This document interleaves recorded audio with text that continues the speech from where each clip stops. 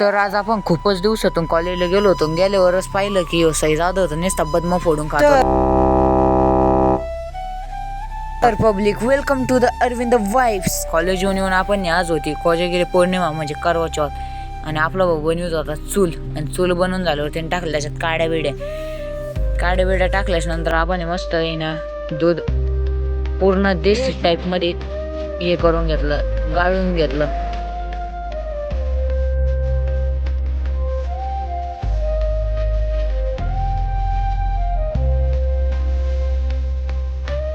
आपले बाबा तर निश्चित झोपले आपल्याला ऑर्डर देत होते बरं का. मग काय म्हटलं जाऊ द्या आता घ्या जा गाळून आपल्याला दूध, कारण की आपल्याला पण खायचं होतं. खूप दिवसानंतर म्हणजे 1 वर्षानंतर येत राहते कोजागिरी पौर्णिमा. म्हणलं कशाला काही करायचं, मग घ्या गाळून घेतलं आणि लगेच नाही का आपला भाऊ नाचायला लागला.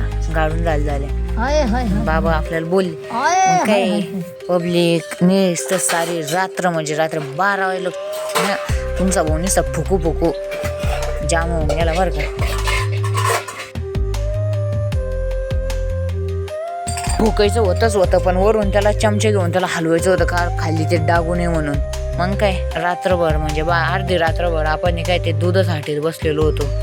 भेटू आपण डायरेक्ट मग ना दूध हाटून झालं. आपला भाऊ तर डायरेक्ट नाही का डॉली भाई बनला होता म्हणून आपल्या भाईला म्हणलं नाटक काम जाता. मग काय आपण पाहिलं दुधाला किती उकळी आली. दुधाला भरपूर उकळी येईल होती. म्हणजे आपल्याला आता काढून खायचंच होतं का लगेच बाबा येऊन बसले. बाबा म्हणजे मला पण खायचं. चंद्र पण आला होता डायरेक्ट वरती बरं का पातेल्यात.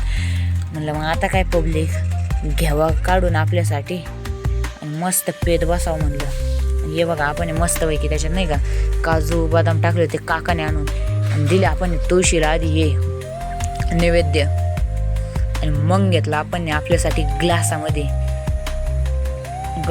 पिऊनच अर्ध्या रात्रीची मेहनत इतकी गोड लागली ना भावांनो. मग बाबाकडे गेलो. बाबा तर म्हणे फुकट पाकट प्यायला दिलं. बरं तुम्ही धन्यवाद तुमचं.